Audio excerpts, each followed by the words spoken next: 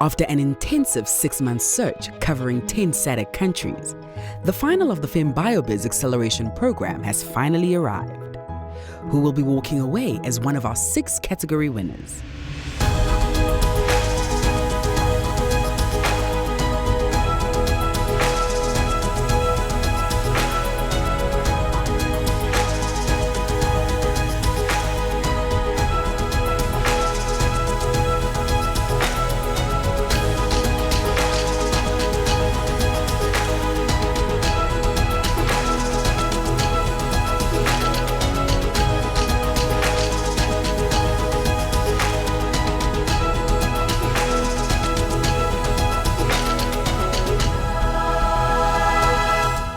In this episode, we are back in South Africa for the final awards of the FemBioBiz Acceleration Program.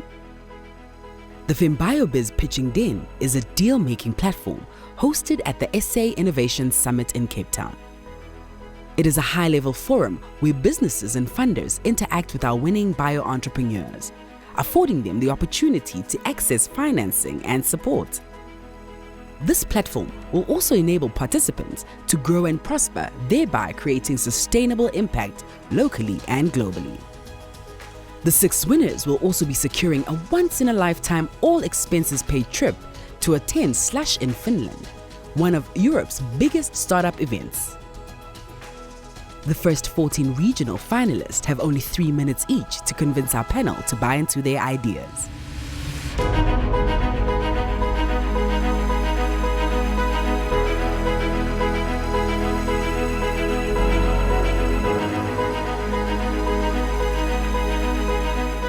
Let's meet the 5 industry professionals who have been selected as our judging panel.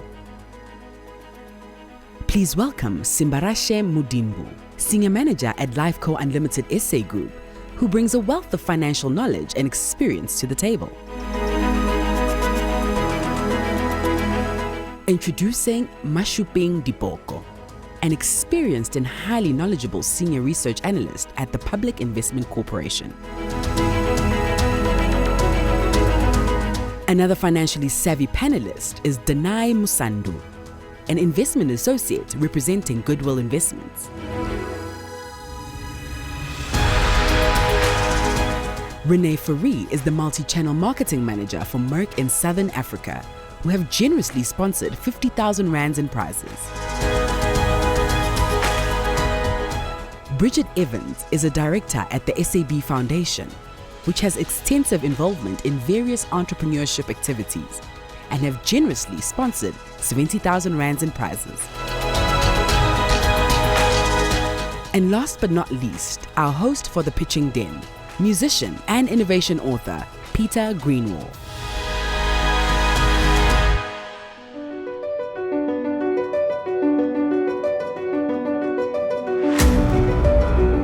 The competition has been really close, with some innovative products being pitched by our regional finalists. To all our entrants who made it to the finals of FemBioBiz Season 2 competition, we congratulate you on a wonderful achievement.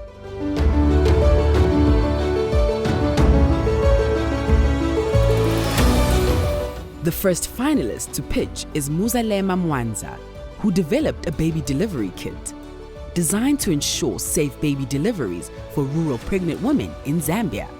Will the new panel be impressed with her ambition and passion? Every year, 300,000 women and 2.7 million babies die due to the problems that they have when they're giving birth between the birth time and the baby's first month. The major pain points are lack of access to sterile supplies, lack of access to medical personnel, high cost, and also the distances to clinics. Our solution is a baby delivery kit. A baby delivery kit contains all the essential supplies that a woman requires at childbirth. Our competition are local chemists and TBAs, but these prove to be very expensive or they have unsafe practices. Our next steps is in telemedicine. I'd like to introduce you to Beacon, our Uber for pregnant mothers. By integrating AI and machine learning into facial recognition diagnostic tools, they'll be able to diagnose diseases either by a trained TBA or self-diagnosis by taking a selfie. We want to push the bar further by also being able to incorporate ultrasound technology into a cell phone that a TBA would be able to to see an ultrasound of a woman, even when she's at home. We're asking for $100,000 to scale up product development and software integration because we believe pregnancy should not be a dangerous time for women in Africa. Thank you. What kind of capital expenditure are you looking at just to produce one of these kits? And what kind of funding would you need then to be able to have enough capex to produce all of this? Currently, we'll be able to produce one kit at $8. The capital expenditure we're looking for is both either equity or debt equity, and we would need a capital injection of at least $100,000 enabled to be able to buy in bulk, have our warehouse distribution center to be able to mass produce the kits, develop further products to reduce the cost of each kit that we make. Because currently 70% of the products in the kit, we manufacture them in Zambia. The other, we have to import them, which increases the cost of the kit. Thank you very much. How do you anticipate marketing this to your pregnant ladies in your rural areas? We work with traditional birth attendants. These are the midwives who live in the communities, who the women trust, and they would rather give birth from them than the hospitals. So they're our first line of contact with the ladies. So they are what we call them our health champions. They go in the clinics and in the communities to talk to the women, highlight the need to use safe birth practices, because when you go on the ground and do the research, you realize that women use a lot of unsafe practices to be able to give birth. They will put all sorts of materials on the cord in order to say maybe it'll help heal, like toothpaste or even chicken manure. So these ladies were able to train them to use the safety methods, to use sterile equipment when giving birth. And they're our first line of defense. They also come to the clinics to help the women and discuss with them what they need to ensure that they have the products.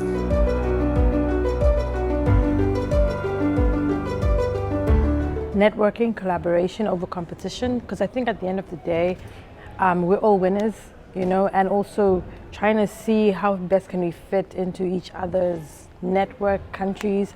I mean, I've sat and spoken to a lot of the women. We seem to have similar problems, maybe because we're all in sub-Saharan Africa. So trying to see how can they come in our country, what can I leverage from the friendships, the networks that we've grown so far. Meet Beauty Parlors, the Namibian chief mellower. Her company produces gluten and sugar-free marshmallows and is looking for additional funding to test and market her product. Will the panel melt at her pitch? Fluffy Mellows is a marshmallow producing company based in Windhoek, Namibia.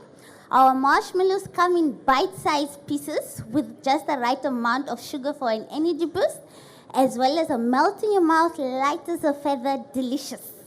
All the marshmallows found in the Namibian market right now are all imported, and none of them cater for any consumers with special dietary needs. Based on the statistics from the Namibian Statistics Agency, the imported marshmallows were valued at a total of 27 million rands as of 2017. Our edible clouds of happiness are gluten-free, dairy-free, egg-free. We have a vegan range as well as the sugar-free diabetics range. In addition to our ranges, our marshmallows come in a variety of flavors. We do not have any competition at the moment in the local market. All our competitors hail from South Africa, and none of their products cater for people with special dietary needs. To achieve our projections, we'd like a total of 600,000, which will be used for product testing to ensure that we meet the export standards.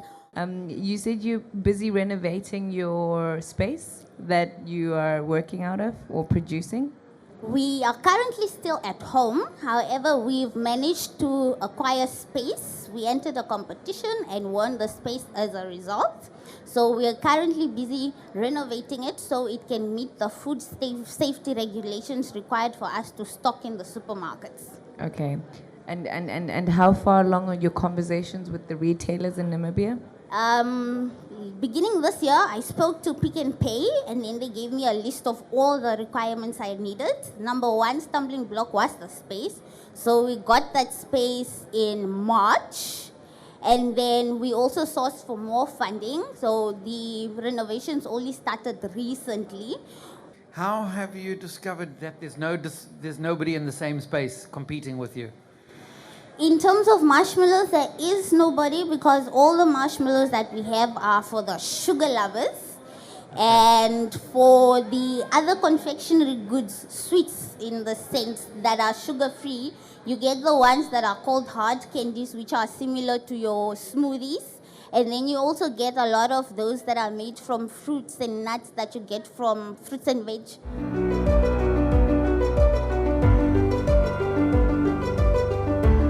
Oh my goodness, Botswana, this is only the beginning for us as a country, and it's a learning experience.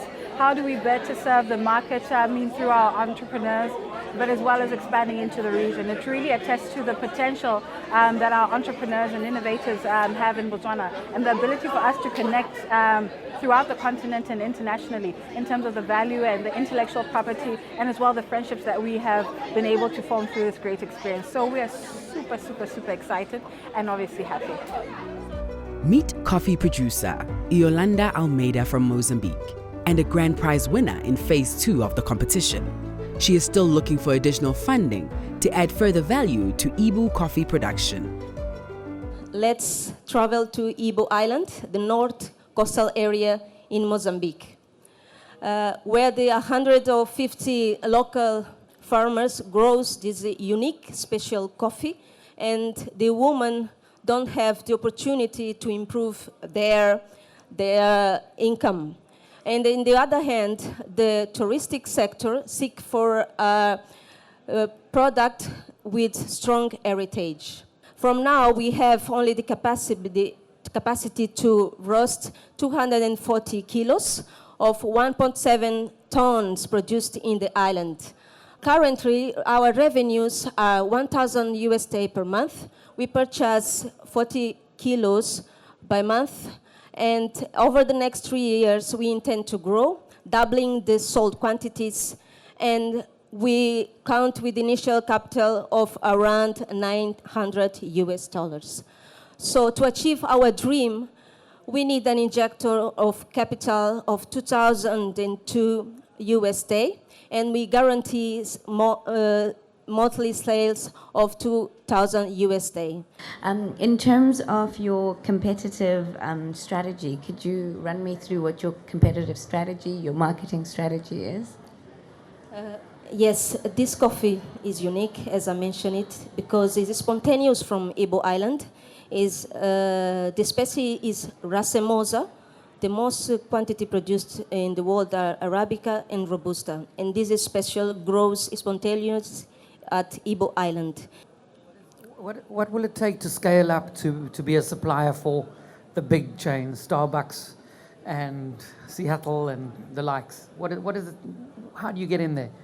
I mentioned SAB Foundation because SAB contacted us. SAB is the biggest roasted company in Europe, and for them come to buy Ibu coffee, they need at least 40 tons. And we need to improve the farmers' knowledge, working with them to improve their field, to grow the Ibu coffee, to increase their production. That's why there is a way to, but there is a project set in Mozambique to produce coffee not only in the island that is now produced, but in the country, in the continent also.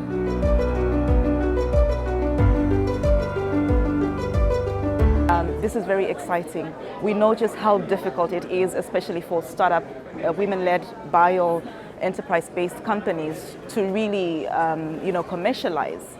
The early stage is usually the most difficult, because you don't have as many investors have confidence that these are businesses or ideas that could be taken into market.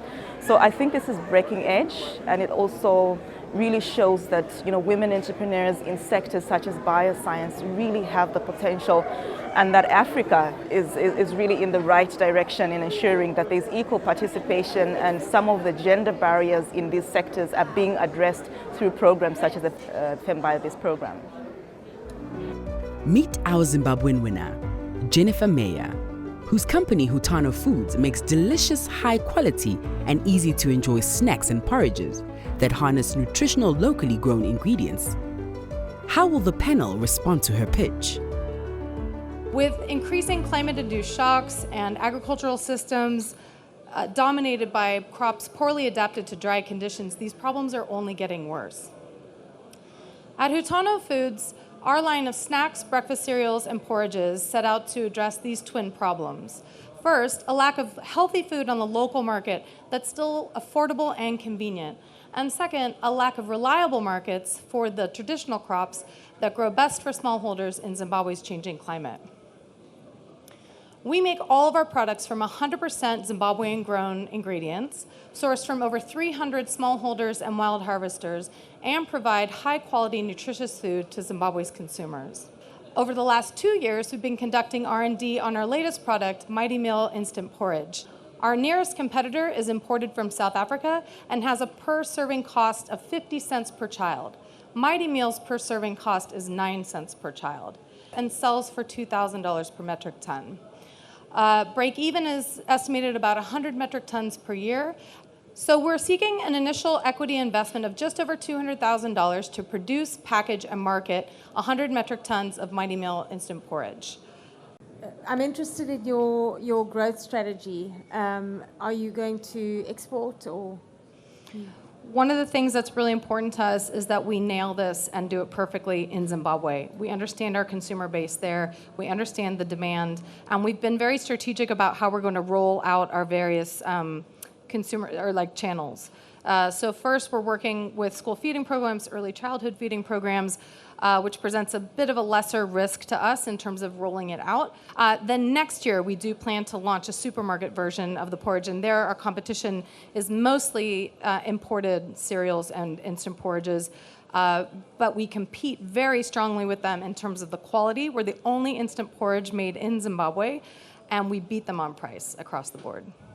Could you just talk to me a bit about the supply chain of the raw material? If you were to scale up, is there enough on the ground to do that? And also, is it coming from smallholders or is it more commercial farmers who are producing that? No, I'm really glad you asked that question. And one of the reasons why we're looking for a partner who really gets us too, because these are traditional crops and indigenous plants that are produced at traditional volumes and at traditional qualities. So we've had to be really strategic about our supply, and it is one of our biggest sort of areas of concern for our ability to scale, and another reason why we want to be perfect before we do that, right? So we want to have a lot of those kinks ironed out. We realize that we won't be able to do it just taking one single approach. So what we've got right now is a basket of approaches where we actually leverage development partner investments and technical assistance to farmers so we can actually reach more farmers more directly with the market information that they need to be able to meet our quality and volume demands. Hi, and thank you very much, and good to see you again. Thanks, likewise. My question for you actually is around your funding. What kind of funding have you had previously, or do you have currently, and what percentage is equity and the other % debt, so if we any? We don't have any debt at the moment. So far, we have supported our costs through founders' contributions.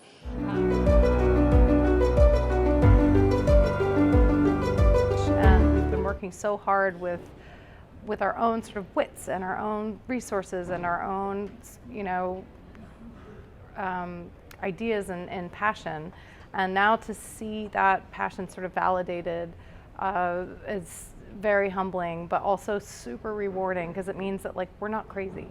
This actually does make sense, and other people believe in it, and look at this, And so the validation is massive. I think it's probably the biggest thing, because as an entrepreneur, I think you never are fully sure. You sort of always guessing or yourself or doubting. But also in just very real terms, it means that we have a massive opportunity to take the next step, and that's blowing my mind at the moment.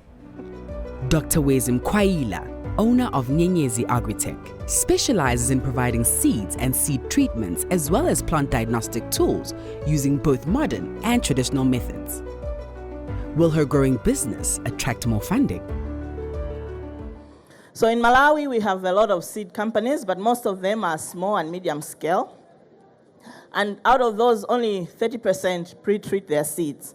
So there's a huge opportunity to treat seeds and protect farmers' investment. So basically, Natricot is a seed protection agent. Out of this, we can layer it with other fungicides and pesticides, and it is safer and less toxic. We also put in tracers so we can keep track of the seeds.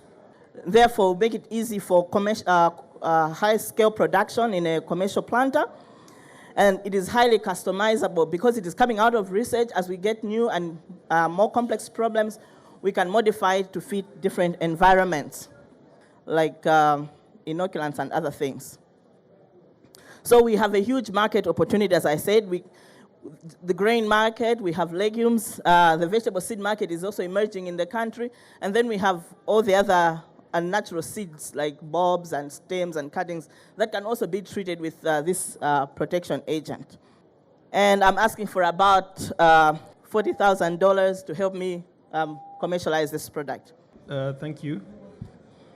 Could you just describe for me, please, the process of how your agent works? So if you said one of the routes to market is to commercialize it by licensing to other to seed producers. So once the seed producer gets it from you, what do they do with it? How does it work?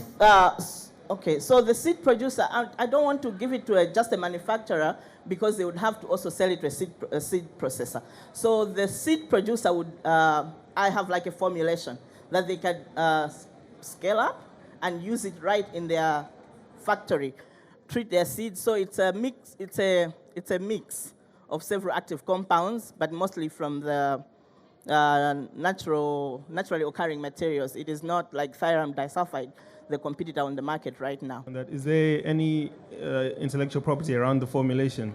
So can anyone produce the same formula? Right now, if it's not a secret formula, but like I want to use a license to license it to a manufacturer. So yes, it's still a trade secret.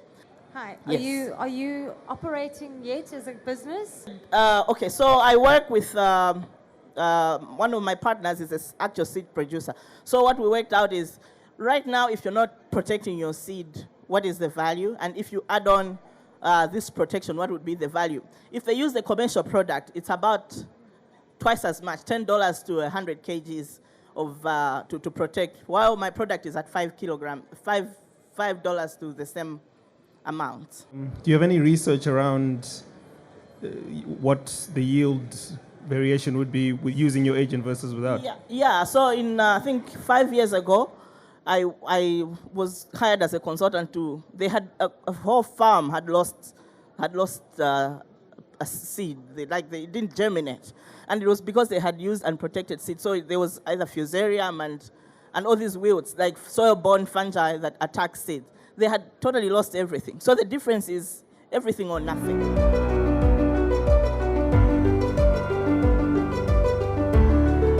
Last year, our heads of state adopted the SADC Charter on Women in Science, Engineering and Technology. And you could attest to this morning where we had different pitches in the different areas, in agro-processing, in the cosmetics area, but also in the biotechnology area. Even if you're not a winner today, just know that you are a winner, the fact that you are here and that you've been selected. And I think everybody that's here is a winner.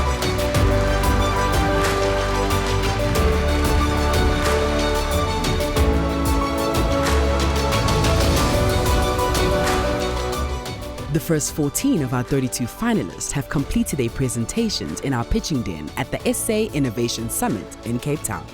Our judging panel have much to deliberate over as they dissect and discuss the strengths, weaknesses, and potential of the innovations presented to them.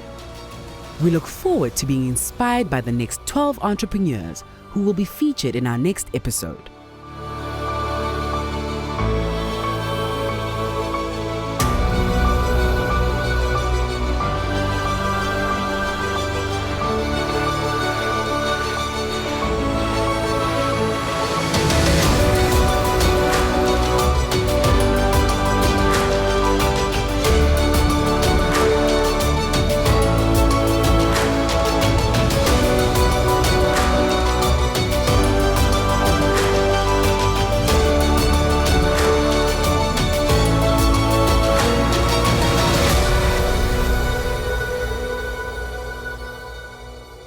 Watch our next episode as the search for innovative African solutions continues.